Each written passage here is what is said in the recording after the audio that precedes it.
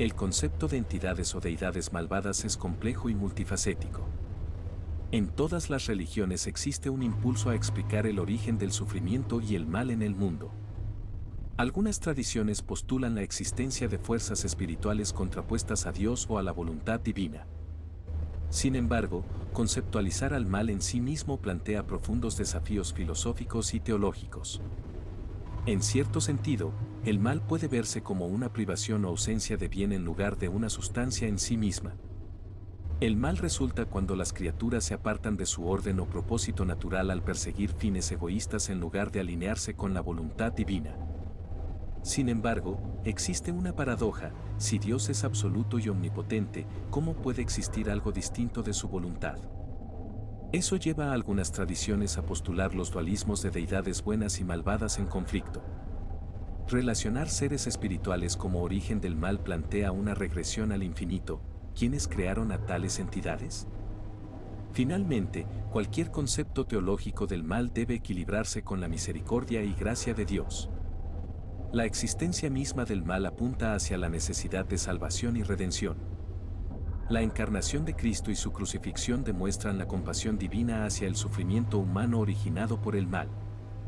En última instancia, conceptos como Satanás o Ahriman son probablemente más símbolos que descripciones literales de entidades metafísicas. Señalan las luchas internas entre lo espiritual y lo material, lo bueno y lo malo, dentro de todos los individuos y la condición humana. El papel de tales símbolos espirituales es ayudarnos a reflexionar sobre nuestro llamado moral para elegir el bien y evitar el mal que yace dentro y entre nosotros. La dicotomía del bien y el mal nos ayuda a entender la naturaleza divina de forma limitada. Implica un dualismo que no captura totalmente la complejidad y la unidad subyacente de la realidad espiritual. Según algunas religiones más fundamentalistas, incluso la existencia de algo llamado mal es ilusorio, ya que solo hay la voluntad de Dios. Tomando a Satanás como ejemplo, podemos ver cómo su papel ha evolucionado con el tiempo. Originalmente en el judaísmo, Satanás, antes conocido como Ha-Satán, era simplemente un mensajero de Dios, no un adversario. Solamente en las tradiciones cristiana y islámica posteriormente se convirtió en un ángel caído y el emblema del mal. Sin embargo, aún así puede servir varios propósitos teológicos. Primero, Satanás ilustra la paradoja de la libertad. La capacidad de elegir el mal es inherente a tener libre albedrío, un don precioso de Dios. Satanás representa la tentación de alejarse de la voluntad divina. Segundo, funciona como un recordatorio de la naturaleza dual de Dios.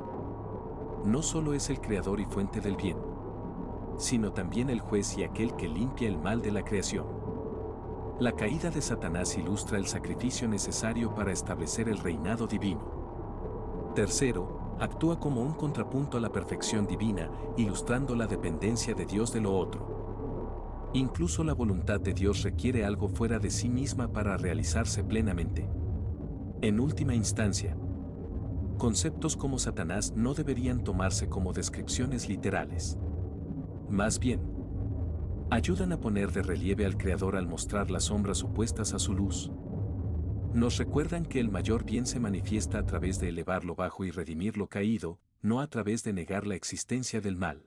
Esta es la verdadera naturaleza de la divinidad que perdona y sana.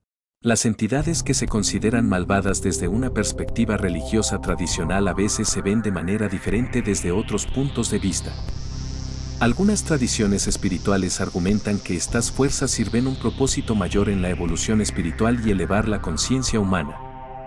Por ejemplo, el satanismo teísta ve a Satanás como una figura espiritual esencial que ofrece el conocimiento y la iluminación. Según esta perspectiva, el acto de Satanás de darle el conocimiento del bien y el mal a Eva no fue un acto de rebelión, sino una bendición para elevar su conciencia. Satanás se ve como una figura espiritual que desafía las limitaciones impuestas a los seres humanos para promover su crecimiento interno. De manera similar, algunas tradiciones místicas ven al diablo como un maestro espiritual que pone a prueba a los devotos para liberarlos de los apegos mundanos. A través de la lucha contra las tentaciones del diablo, los místicos pueden superar sus debilidades internas y fortalecer su espiritualidad. El diablo desempeña un papel importante al funcionar como un catalizador para el crecimiento espiritual. Incluso fuera de contextos religiosos específicos, el mal a veces puede verse como una fuerza que motiva a los seres humanos a alcanzar mayor el bien. El sufrimiento y el peligro crean la necesidad de crecimiento, conocimiento y compasión. Al obligarnos a reflexionar sobre nuestras fallas internas, lo que consideramos malvado puede ayudarnos a encontrar nuestro propósito más elevado. En última instancia, las respuestas espirituales a las entidades malvadas son matices de perspectivas más amplias sobre el propósito de la existencia humana. Le dan un lugar a lo que otros consideran fuerzas destructivas, viéndolas como catalizadores esenciales en la búsqueda humana de la verdad y la iluminación. Aunque se conciben negativamente desde una perspectiva teológica tradicionalista, las entidades consideradas malvadas pueden ilustrar importantes virtudes éticas y filosóficas. Satanás, por ejemplo, representa la virtud de la autonomía moral. A través de la tentación, Satanás ilustra la importancia de tomar decisiones y acciones basadas en la razón y la conciencia individual en lugar de la autoridad externa. Su desafío a la obediencia ciega destaca la importancia de la autodeterminación moral. Satanás también representa la virtud del escepticismo racional. Al cuestionar las prohibiciones y mandatos de Dios, Satanás ilustra la necesidad de examinar críticamente las creencias y prácticas impuestas. El escepticismo saludable puede impulsar una reflexión más profunda sobre los fundamentos de la moralidad y la verdad. Angra Mainyu, la deidad maligna del zoroastrismo, representa las virtudes de la lucha y la autosuperación. Al resistirse a Ahura Mazda, Angra Mainyu sirve como un desafío necesario que motiva el progreso espiritual y la erradicación del mal del mundo. La victoria final sobre Angra Mainyu solo se puede lograr a través del esfuerzo y el sacrificio. En última instancia, incluso las entidades consideradas diabólicas pueden ilustrar importantes virtudes que se requieren para avanzar espiritualmente. A través de su desafío, tentación y resistencia, estas figuras espirituales malignas pueden impulsarnos a forjar nuestra autonomía moral, pensamiento crítico y determinación de alcanzar el bien más alto.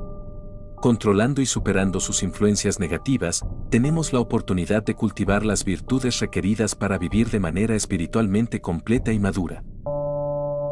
Aunque Zenú es una figura maligna desde la perspectiva de la cienciología, aún puede ilustrar algunas virtudes importantes si se interpreta simbólica en lugar de literalmente. Primero, el control absoluto y la dominación tiránica de Zenú pueden funcionar como una advertencia sobre los peligros de la codicia de poder. Incluso si su objetivo era originalmente bueno, la ansias de control ilimitado corrompió a Zenú y lo llevó a cometer enormes crímenes. Su ejemplo ilustra la necesidad de desconfiar de cualquier idea de dominación total sobre los demás. Segundo, la falsa promesa de orden de Zenú bajo su régimen totalitario puede impulsarnos a valorar más el verdadero orden moral basado en los principios de dignidad, libertad y consentimiento. Solo un orden social que protege estos valores intrínsecos puede ser realmente virtuoso. Tercero, la manipulación y el engaño de Zenú pueden servir como un recordatorio de la importancia de la honestidad, el escrutinio crítico y la transparencia en cualquier relación ética. Incluso las intenciones buenas no justifican el engaño o la coerción.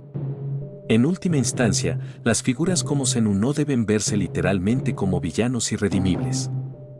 Más bien, simbólicamente ilustran importantes lecciones éticas sobre los peligros del poder ilimitado, la importancia del orden moral basado en valores intrínsecos y la necesidad de honestidad transparente. Solo al reconocer estas lecciones, incluso en aquellos a quienes etiquetamos como malvados, podemos cultivar la sabiduría moral necesaria para crear una sociedad más virtuosa. Este ha sido un análisis profundo y matizado de las entidades consideradas malvadas en las religiones. Aunque comenzamos identificando los desafíos inherentes al concepto mismo de maldad metafísica, pudimos también encontrar matices y lecciones positivas en estas historias. Al final, comprendemos que su intención original probablemente no era ofrecer descripciones literales de entidades como Satanás o Zenú. Más bien, buscaban ilustrar verdades espirituales más profundas sobre el bien y el mal dentro del alma humana.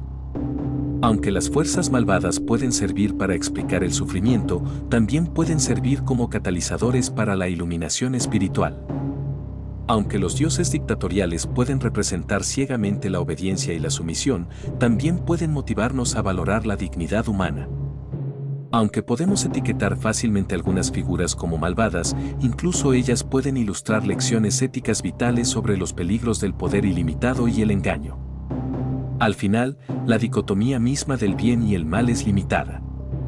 Como hemos visto, incluso aquellos que se consideran malignos nos recuerdan nuestra unidad espiritual más profunda al desafiar la demonización excesiva y promover la comprensión compasiva. Espero que este viaje haya promovido la reflexión sobre los complejos desafíos morales de nuestro mundo y la necesidad de trascender las etiquetas simplistas de bueno y malo. Aunque esta discusión llega a su fin, las profundas lecciones permanecen en nuestros corazones. Gracias por esta conversación rica y matizada sobre este tema espiritualmente estimulante. Ha sido un honor participar en este viaje de reflexión y comprensión juntos.